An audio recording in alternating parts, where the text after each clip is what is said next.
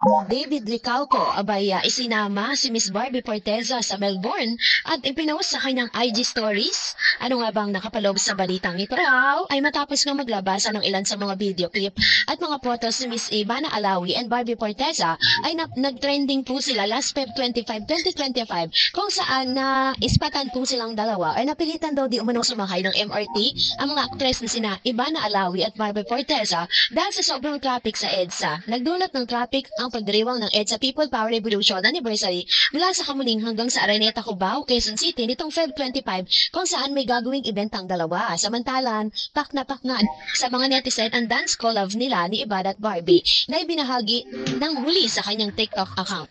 Sa inang kapuso actress, excited na siya na mapanood ang vlog nila sa YouTube channel ni Ivana. And happy to see you again, gorgeous at Ivana Alawi. Excited na akong mapanood ang vlog natin sa channel mo, sabi ni Miss Barbie Forteza.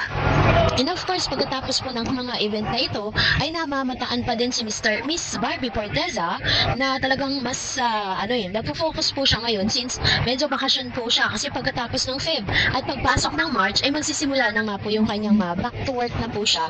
And I think mas marami pong endorsement na kanya pong ino-offer po kay Miss Barbie. Kaya mas pinapanatili niyang fit ang kanyang katawan. Talagang ito po ngayon yung pinagkakaabala ni Barbie Forteza.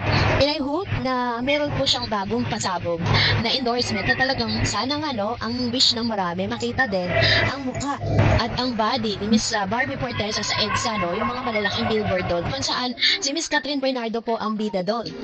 Pero this time, ito na. Dahil matapos na mag-post ang pamilya ni Mr. David Licauco na ang buong pamilya po ni Mr. David since bakasyon din ay nasa Melbourne, kasama po ng kanyang family, kasama ng kanyang mga kapatid, ng kanyang mother, brothers, sisters, at ang kanyang father, So lahat po sila ay present sa Melbourne. I don't know kung meron pong okasyon doon o nagbakasyon lang talaga or what, or regalo nila sa isa't isa, whatever.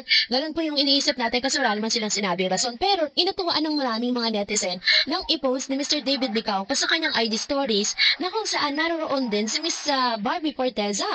Ito po yung kanyang IG stories na may check dun sa IG, and then nakita dito na parang umiinom ng kape si Miss Barbie na bagay na talagang mahilig gawin ni Miss Barbie Forteza. Pero nung chinek po natin yung photos, ito po ay isang edited photos lang po siya. So talagang kinatuwaan lang ng mga Barda fans na since hindi kasama si Barbie Forteza dun sa trip ng family nitong si Mr. David Licauco, sila na po ang gumawa ng paraan para po maisama si Barbie dun sa Melbourne. Diba nakakatuwa sila? And of course, syempre, panay din ang post Mr. David Licauco sa kanyang IG ng magagandang mga view, doon po sa Melbourne. Talagang in-enjoy niya po yung kanyang bakasyon doon sa Melbourne. And I hope na sa susunod na pagpunta niya dyan ay makasama niya na si Barbie Forteza talaga. At sana is totohanin na nila ang lahat. Kasi yun naman po talagang gusto ng mga Barda fans na someday is talagang matagpuan nila ang isa't isa habang sila po ay nag-move on sa kanila po mga past relationship. Pero hindi niya talagang tinadhana talaga na nagkataon pa na pareho silang single. I know na meron po dahilan yan kung bakit naganap po yung mga bagay na yan. And katulad na sinabi ni Miss Barbie, sabi niya po sa tanong niya, diba, pwede bang tayo na lang? Ayun. So, kailan kaya nila sasabihin? Kailan kaya sasabihin ni David Licauco yun kay Barbie Forteza? Yun kasi ang malaking katanungan na inaabangan natin. And soon, mapapanood na rin po natin ang kanilang mga upcoming na mga projects together. And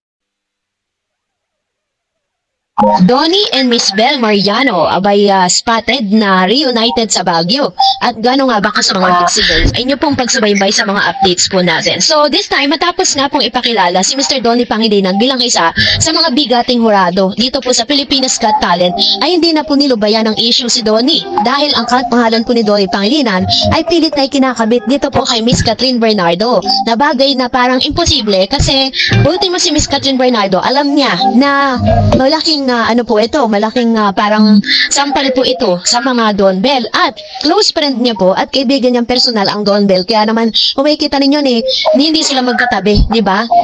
Kasi nire-respeto niya po yung love team nitong si Mr. Donnie Pangilinan. And of course, isa rin sa mga talaga naman pinag-uusapan ngayon na ito po si Miss Bel Mariano ay nagpakita po ng kakaibang suporta para kay Mr. Donnie Pangilinan. Kahit hindi nga sila magkasama sa isang proyekto, ay very supportive si Bel Mariano sa pagiging judge ni Donnie Pangilinan sa Pilipinas Got Talent. Sabi niya, we both been open about it now. We're both supportive for each other with him on PGT or Pilipinas Got Talent. I'm very supportive, sabi po ni Bel sa kanyang panayam kay Mr. MJ Felipe. Supportive rin daw sa kanya si Donnie sa kanyang gagawing pelikula kung saan direct category si Sampana ang director. And of course, with this thing I'm doing with direct cut, is very supportive as well, sabi ni Bel.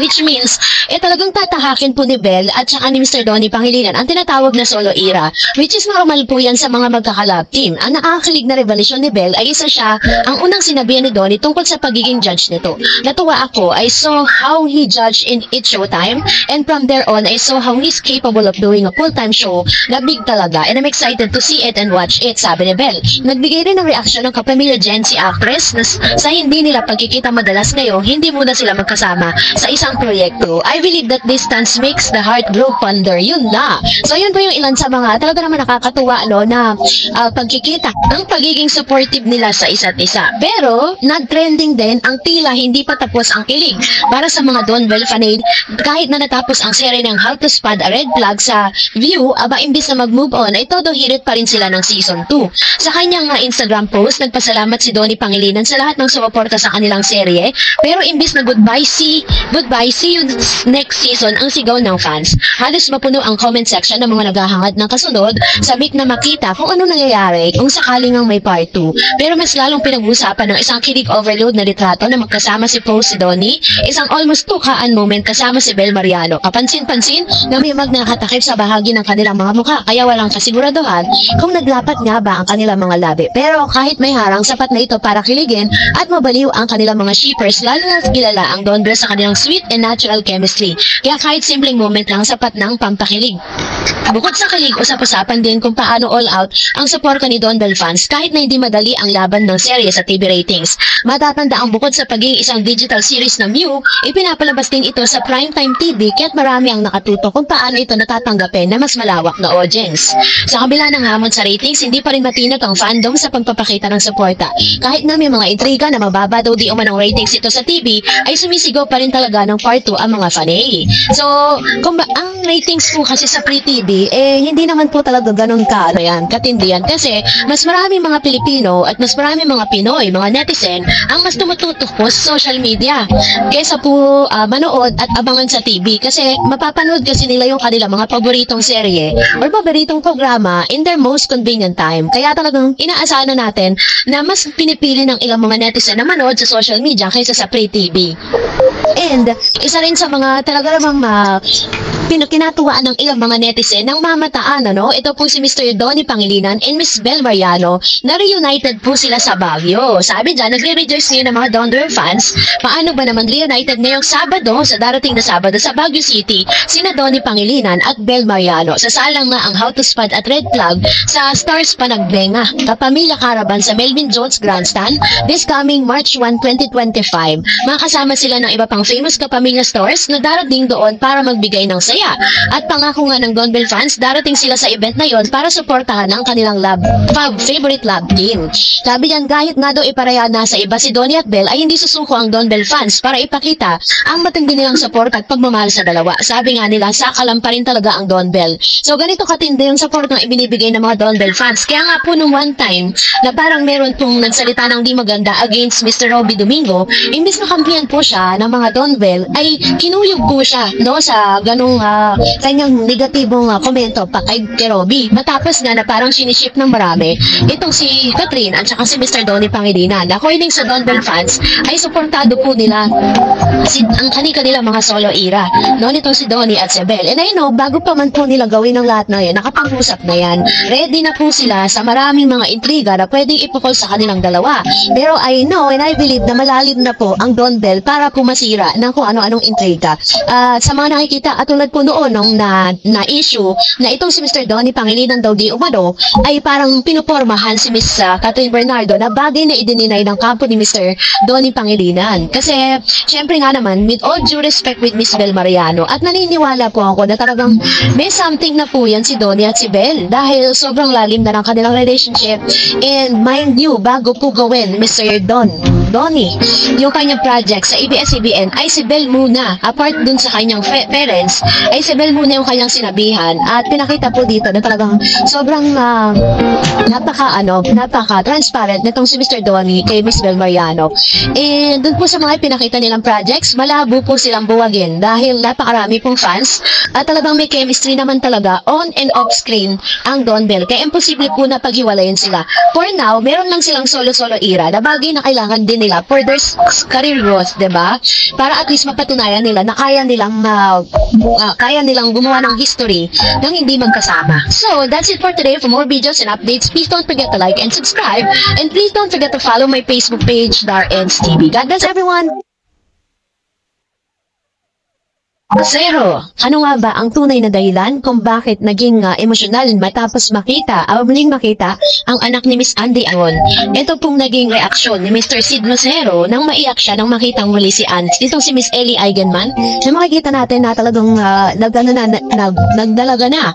Naiyak si Sid Lucero nang makita ang kanyang pamangkin na si Ellie Eigenman. Naging emosyonal ang aktor na si Sid Lucero nang muling makita ang kanyang pamangkin sa video na kuha sa family occasion ng mga Eigenman. Makikita si Sid na nasa likod ni Ellie, ang anak ng kanyang kapatid na si Andy Eigenman. Hinawakan ni Sid si Ellie at nagulat sa napakabilis na panahon dahil ang batang si Ellie ay dalaga na ngayon. Isang kapamilya ang kumuha ng video sa reaksyon ni Sid sa pamangkin kung saan hindi ito naitago ang mapaluha sa bugso ng emosyon. Natawa na lamang si Sid. Inalikan nito sa noo si Ellie at sinabihan ang kumukuha ng video na stop it. Si Andy naman ang nag-post ng sweet video sa kanyang Instagram stories. So ganito po katindi yung suporta na binibigay po ng pamilya ni Miss Ellie Eigenman. Kasi if I'm not mistaken, parang bumaba po ng Manila itong si Miss Andy kasama ng kanyang mga anak dahil meron po silang business meeting. Kaya po nagkita sila or nagkaroon sila ng pagkakataon na magkita-kita dito. Pero trending din po at pinag-uusapan ngayon ng mga netizen kung saan si Mr. Derek Ramsey ay ibinida ang pagbisita ni Pernilla Zo na naging trending dahil po sa pagpapa-couple tattoo nito kay Mr. Pilmer Alipayo na isa sa mga fiancé ni Miss Andy Eigenman. So, inokray ng netizen si Derek Ramsey matapos i-flex ang pagdalaw sa kanilang bahay ni Pernilla Zo, ang kaibigang babae ni Pilmer Alipayo na naging controversial dahil sa kanilang matching tattoo. Inamin din naman ni Mr. Derek Ramsey at Ellen Adarna na matalik nilang kaibigan si Pernilla na matapos manggaling sa Siargao. Ayan, so sinabi din ni Mr. Derek Ramsey sa kasagsagan po ng skandalo na kinabibilangan ni Pernilla Zo, ni Miss Andy Eigenman and Mr. Pilmer Alipayo na naging parang hindi masyadong lumalabas ng bahay itong si Miss Pernilla dahil halos lahat ng mga netizen ay galit kay Miss Pernilla Zo na pinag-iinala ang third party dito po kay Miss Andy Eigenman and Pilmer Alipayo. And then after po ng lahat ng mga issue na ito, namataan nga siya, no? Ibinahagi ni Derek sa kanyang Instagram story ang video kung saan makikitang nakaupo si Pernilla katabi si Ellen. Matatanda ang pinagtanggol kamakailan ni Derek si Pernilla kaugnay sa akusasyong third party sa relasyon ni Andy Eigenman at Pilmer Alipayo.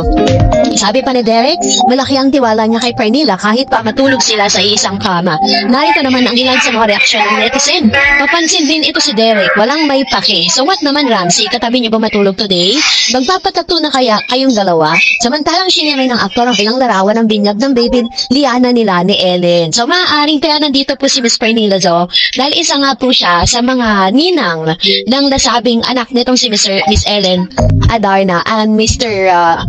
Derek Ramsey, no? So, agulad po ng updates kay Mr. Pilmer Alipayo, wala na po tayong any updates na nagkikita pa sila or nabuusap dahil ang huling post po nitong si Mr. Pilmer Alipayo ay pinakover up niya na po yung kanyang matching tattoo o yung couple tattoo niya sa kanyang tinuturing na best friend na si Miss Pernilla Zo na naging dahilan para sila po ay mag-away at magkagulo ni Miss Andy Eigenman at